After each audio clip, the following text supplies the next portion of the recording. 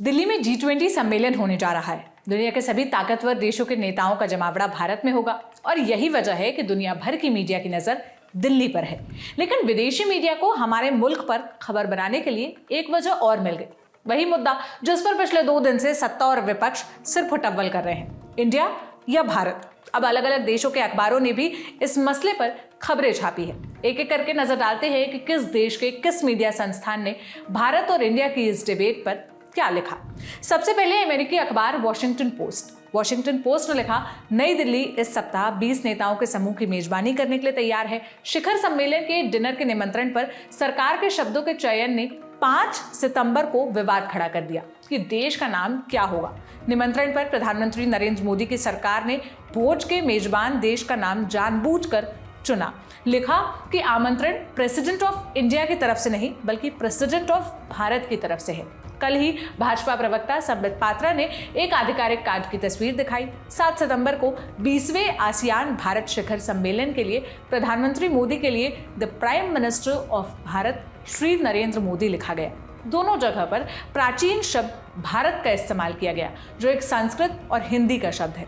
भारत के संविधान के पहले अनुच्छेद में लिखा है, इंडिया जो कि भारत है, राज्यों का एक संघ होगा।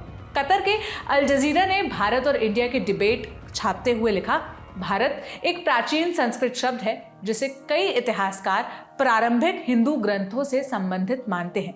यह शब्द इंडिया के लिए हिंदी विकल्प के रूप में भी इस्तेमाल किया जाता है। मोदी की दक्षिणपंथी भारतीय जनता पार्टी यानी भाजपा के अधिकारी नामों में बदलाव का समर्थन करते हैं। उनका तर्क है, इंडिया नाम ब्रिटिश उपनिवेशवादियों द्वारा पेश किया गया था और ये गुलामी का प्रतीक है। 1947 में देश की आजादी मिलने तक अंग्रेजों ने लगभग 200 वर्षों तक इंडिया पर शासन किया।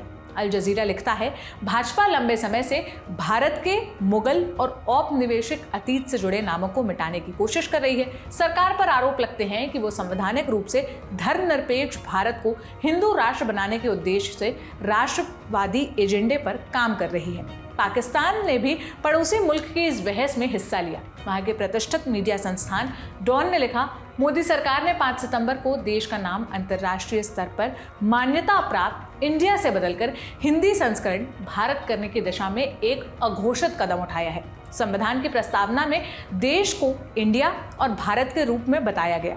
देश के आधिकारिक नाम के रूप में भारत को हटाने के लिए हिंदुओं की लंबे समय से मांग रही है।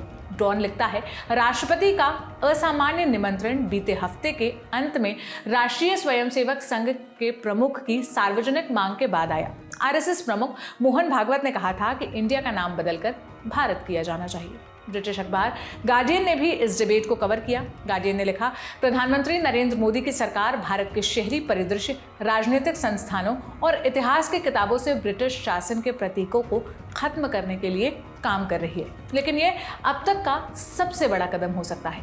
मोदी खुद भारत को आमतौर पर अपने देश को भारत कहकर ही संबोधित करते हैं। ये शब्द संस्कृत में लिखे गए प्राचीन हिंदू ग्रंथों का है और संविधान के तहत देश के 2 आधिकारिक नामों में से एक है। उनकी हिंदू राष्ट्रवादी सत्तारूढ़ पार्टी भारतीय जनता पार्टी के सदस्यों ने पहले भी इंडिया नाम करने के खिलाफ अभियान चलाया था। दुनिया भर में प्रतिष्ठित अमेरिकी टाइम मैगजीन ने भी इस मुद्दे पर मोहन भागवत का बयान कोट किया। टाइम ने लिखा, इंडिया अब दुनिया का सबसे अधिक आबादी वाला देश है और सबसे तेजी से बढ़ती प्रमुख अर्थव्यवस्था भी। इस साल 9 से 10 सितंबर को होने वाले सालाना G20 शिखर सम्मेलन की मेजबानी के अलावा देश ने हाल ही में एक ऐतिहासिक चंद्रमा लैंडिंग भी की है। G20 के निमंत्रण में राष्ट्रपति द्रौपदी मुर्मू को भारत का राष्ट्रपति कहा गया।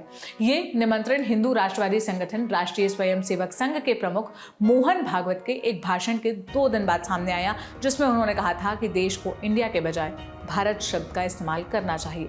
टाइम ने लिखा, मोहन भागवत ने कहा था, कभी कभी हम इंडिया का इस्तेमाल सिर्फ इसलिए करते हैं ताकि जो लोग अंग्रेजी बोलते हैं वे समझ सके, लेकिन हमें इसका इस्तेमाल बंद कर देना चाहिए। भागवत ने कहा, आप दुनिया में जहां भी जाएंगे देश का नाम भारत रहेगा।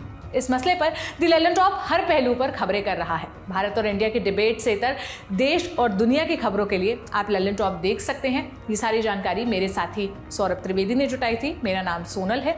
आपकी इस डिबेट पर क्या राय है? आप ये जो अंतर्राष्ट्रीय अखबारों ने छापा है इस पर क्या कहना चाहते हैं? हमें कमेंट बॉक्स में बताइएगा। शुक्रिया।